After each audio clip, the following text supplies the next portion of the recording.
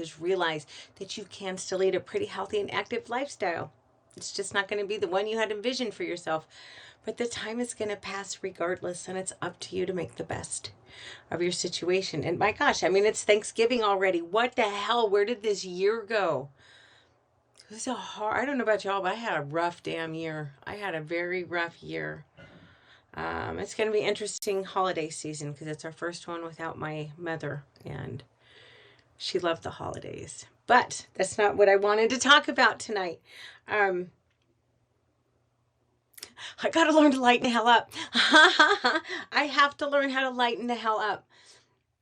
I've known this for a while, but it got hammered home again last night.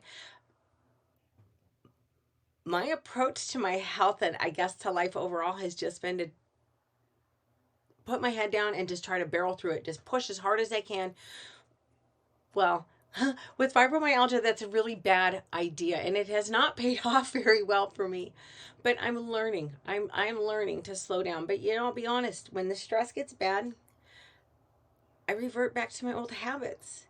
And I've been pushing a lot harder than I need to. Not so much physically, but mentally. And that might sound crazy, but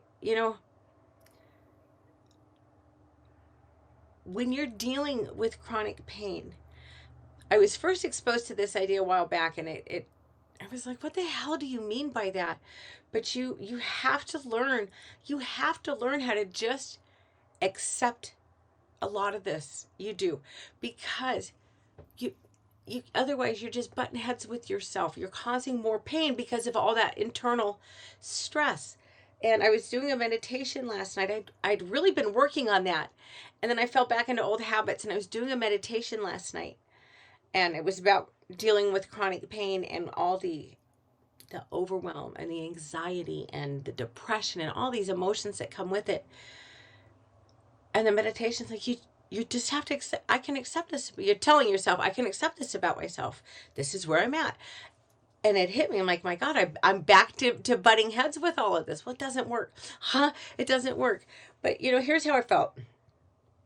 When I first started down this path, I realized that I have a lot of unresolved emotional stuff. And I'm really good at communicating. I can make you guys feel, if you were to come into my personal circle, I would make you feel good. I'm that person. I'm friendly with everybody. I find something to compliment almost everybody around me on. But I have a hard time expressing my feelings.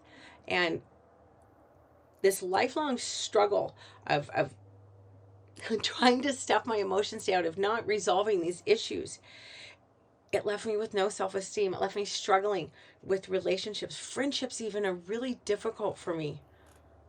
Which if you know me from Twitter, that's going to sound really crazy because I'm super outgoing. But there's not many people I confide in. There just isn't. I've never felt like I fit in anywhere. And then try being the one with all the weird health issues.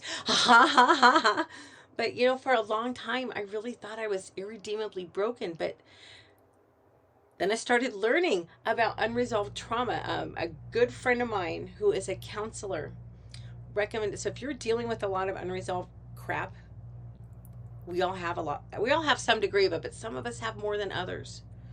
And certainly a lot of people have way more than I do.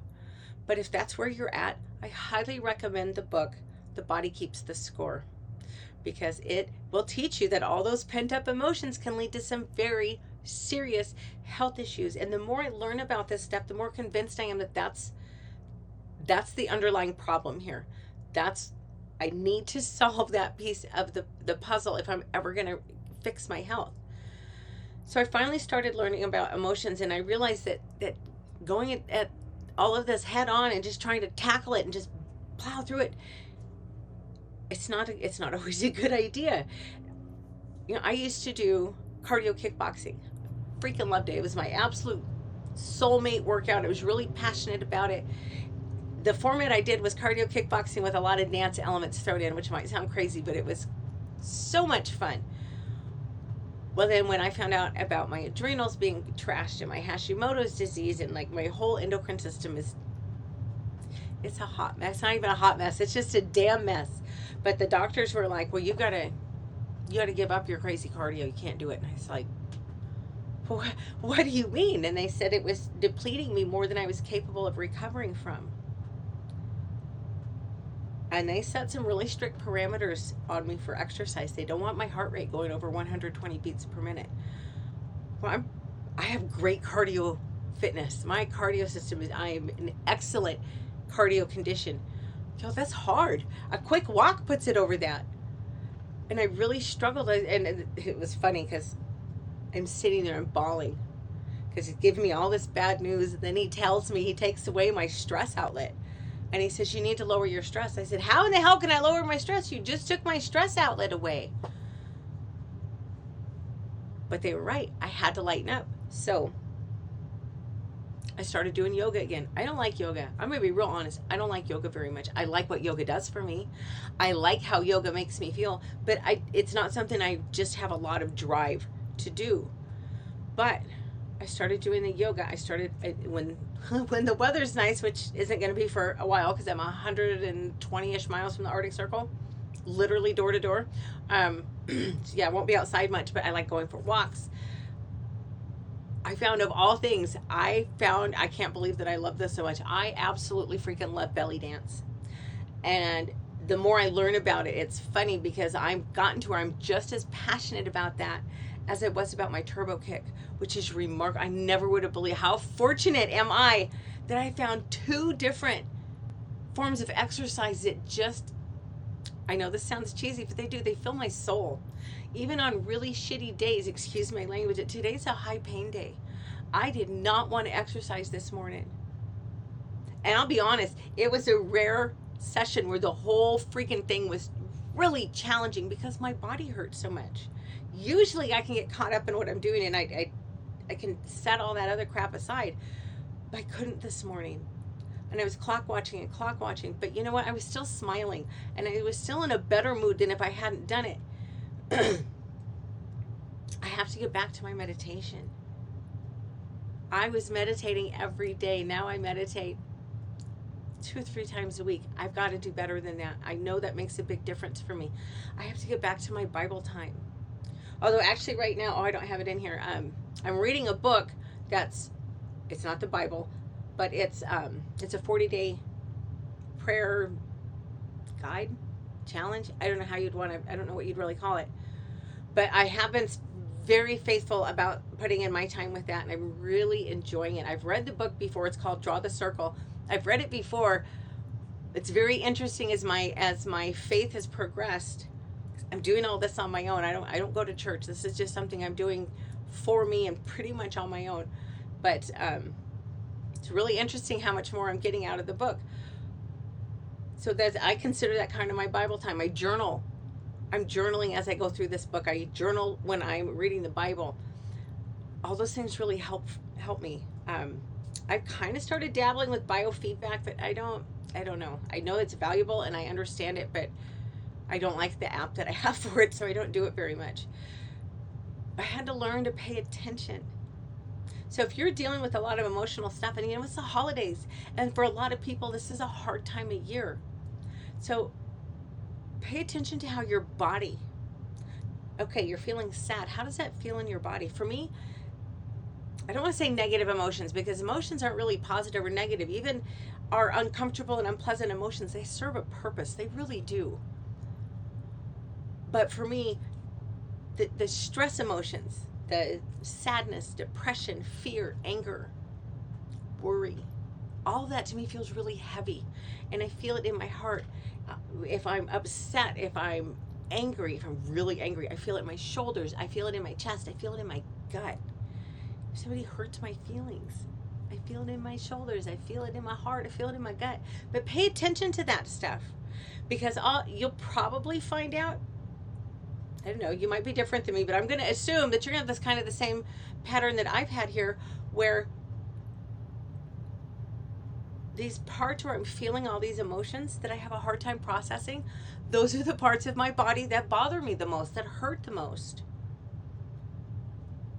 So it's really interesting when you start making that correlation. So you need to pay attention to how your body responds to your emotions. And I really thought that I knew what anxiety looked like, because I can, yeah, sure. If I'm going to the airport, I don't fly well. If I'm going to the airport and I start to get anxious, I can pull myself off of that ledge. But what I've realized as I've started learning about this stuff is I live in a state of anxiety. I had no clue. I truly had no idea. But you know how people get addicted to adrenaline? Guess what? You can also get addicted to the body chemistry of anxiety and of depression. And that's a bunch of BS, isn't it? But it's, I mean, it is what it is. And it makes total sense. And by the way, a lot of this information, I was doing a course called, oh my God, I should know this. I should know this, and I just went blank. But it's about learning to process these unresolved emotions. It's a really interesting class. And she's the one that got me to start looking at the physical aspects of how these emotions are making me feel. When you start paying attention, when you start really noticing the details of your emotions, you can even journal about the happy ones. How do you feel when you're happy? I feel light. I don't feel the weight on my shoulders. I don't feel the weight in my chest. I don't feel that sinking feeling in my gut. I feel light. I feel free.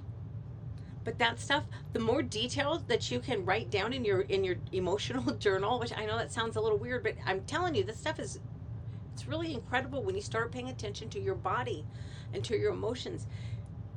The more you pay attention to the physical aspects of your emotions, the easier time you're going to have learning how to control that, and learning how to relax and how to deal with your stress, learning how to lighten the hell up. So, now I don't feel like I'm irredeemably broken anymore. I know this isn't an easy thing to do because I've been working on it for a while now.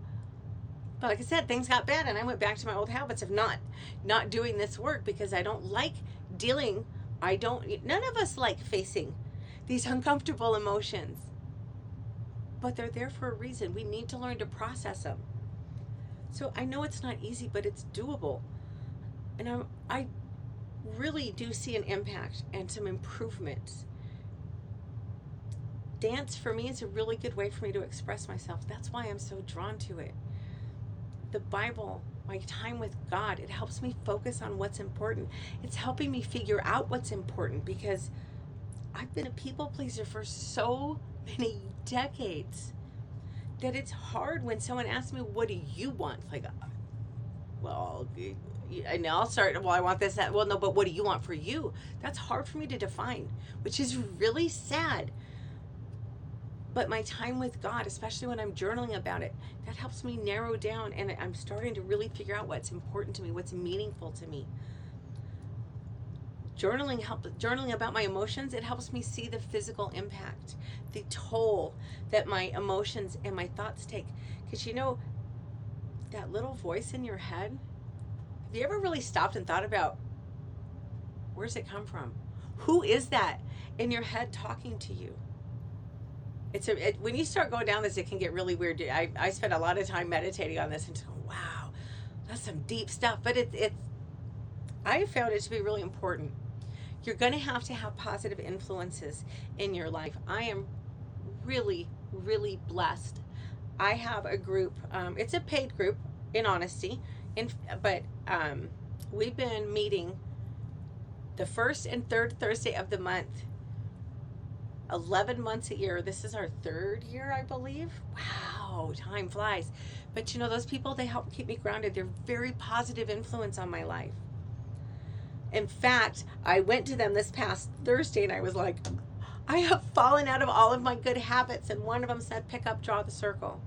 And I was like, oh man, I hope I didn't pack it away. He said, let me know. We'll send you another one. But I found it. So I didn't have to wait. I was able to start it right away. But those positive influences are crucial.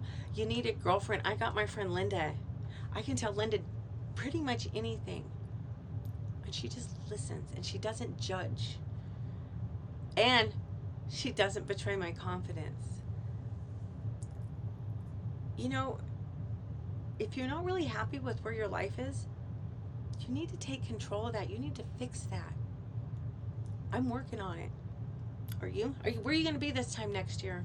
If you don't start doing some of this stuff, if you don't start figuring out what's important to you and how to deal with unresolved emotions and how to just manage your life. Where are you going to be in a year? If you're not happy, guess what? If you're not happy and you're not doing anything to grow and to move yourself forward, I can tell you where you're going to be in a year. You're going to be another year older, sitting here thinking, well, son of a bitch, it's another year gone by. I haven't done nothing. Don't do that to yourself. As my friend Doug would say, don't should all over yourself. Don't play the woulda, shoulda, coulda. Get up and take action. Even if all you do, take tiny little steps. All those little steps, compound interest, man. You'll get there. You'll get there. But if you are dealing with a lot of emotional baggage, again, I highly recommend the book The Body Keeps the Score. And I cannot believe I can't remember the name of the I can even picture the logo, but I can't come up with the name for the course that I have taken about dealing with your emotions. But if you're curious, drop me a line on Twitter. I'll be happy to find the answer and share it with you. And if you want to catch me on social media, Twitter is the only place that I ever spend any time. I mean, you can find me on other social media. I have accounts, but I never use them, which should be pretty obvious if you find me over there. But if you're on Twitter, say hi, and please subscribe to my Haps channel. I guess I should have said that first. I got to get used to the sitting down stuff. I'll be honest, I don't like it. So I guess I'm digging in against change, because you know what? They don't have it in landscape anymore on the phone. They just don't. I emailed one of the partners in the company, and I was very impressed. They got right back to me, but yeah, no more landscape. So I gotta redo this whole room now, but that's okay, because it needs to be done anyway. But I hope you'll have a great Thanksgiving, and I will probably be back Friday at 5 o'clock Alaska time, but I don't know, because it's a holiday weekend and I might just blow everything off and just relax. Although I'm going to get my nails done Friday, and I don't do the Black Friday shopping. My brother and his wife are in town, and they're not in town very often. If they come up, eat dinner, and they go back, because they've got a ranch. And anyway, she texted me earlier, and she was all excited because they live in a tiny, tiny little town right outside of Denali, and she said, I'm going to be in town for Black Friday shopping. You want to go? I said, no. There is absolutely nothing on earth that I want bad enough to face Black Friday shopping. But I will go get my nails done Friday. So if you go Black Friday shopping, remember to be kind. And if you're having a difficult situation with your dinner tomorrow, remember it's only temporary. And if you've got someone there who's just a jackass and they're not being very nice to you, remember you only have to deal with it for a short amount of time. Don't ruin the night for the host and hostess. You can always get away from the jerks by going in the kitchen and helping, because the jerky people ain't going to want to do work, so they won't follow you in there. But have a great Thanksgiving. I hope you get time to spend with the people that you love, and I will probably see you on Friday. Thanks. Good night.